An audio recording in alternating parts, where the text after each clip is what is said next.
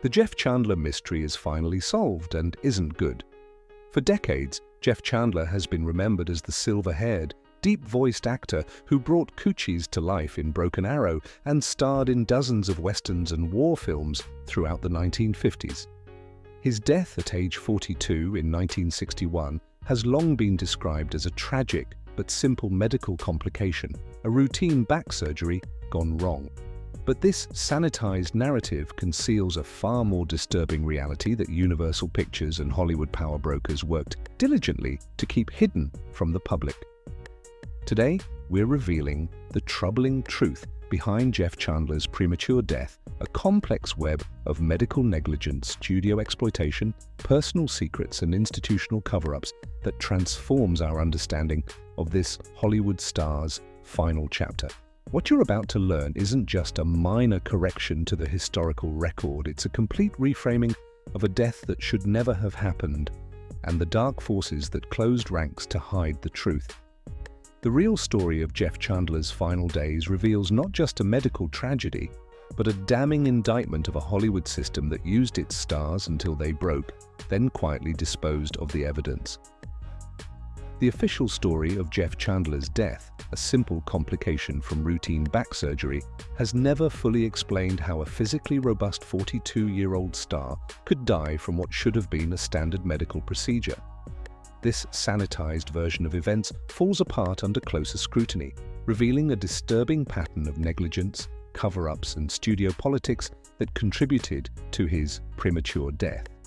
To truly understand what happened to Jeff Chandler, we need to examine 5 critical aspects of his final days that completely transform our understanding of this tragedy, elements that have been deliberately obscured for decades, but that together solved the mystery of how one of Hollywood's most reliable leading men could be gone so suddenly, and why the full truth was never told. You didn't know what you were doing. I didn't know what to do. Did you ask anyone what you should do? No, I was afraid to.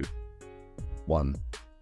His death was called a routine surgery, but it was anything but.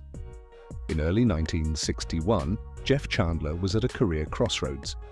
At 42, the silver-haired star had built a solid reputation as one of Hollywood's most dependable leading men, particularly in westerns and war films, where his imposing 6'4" frame and deep, resonant voice made him a natural fit for authority figures and military leaders. Though never quite reaching the superstar status of contemporaries like Gregory Peck or Burt Lancaster, Chandler had established himself as a reliable box office draw for Universal Pictures, appearing in a steady stream of profitable, if not always prestigious, productions. What fans didn't know was that years of physically demanding roles had taken a significant toll on Chandler's body, particularly his back.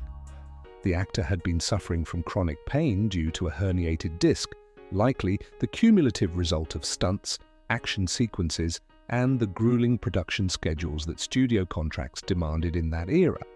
By spring 1961, the condition had deteriorated to the point where surgery became necessary.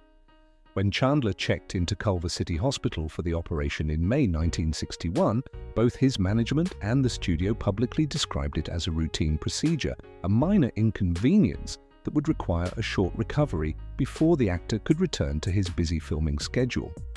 This characterization was consistent with Hollywood's longtime practice of downplaying any health issues affecting valuable stars, protecting both their viral public image and the financial investments their films represented. The surgery to repair Chandler's herniated disc took place on May 13, 1961. What happened next would eventually contradict every aspect of the routine procedure narrative. Within hours of the operation, Chandler began experiencing severe internal bleeding. A hemorrhage so significant that it sent him into shock. Emergency measures were taken, but the bleeding proved difficult to control, initiating a medical crisis that would continue for days. They said it was routine, but it left him bleeding to death in silence, observed one nurse who was present during this period, but later spoke only on condition of anonymity. This assessment captures the stark contrast between the public characterization of Chandler's surgery and the life-threatening reality that unfolded behind hospital doors. As Chandler's condition deteriorated, doctors performed multiple follow-up surgeries in desperate attempts to locate and stop the hemorrhaging. These additional operations, far from the single routine procedure described to the public, placed enormous stress on Chandler's system, leading to further complications including blood clots and infections.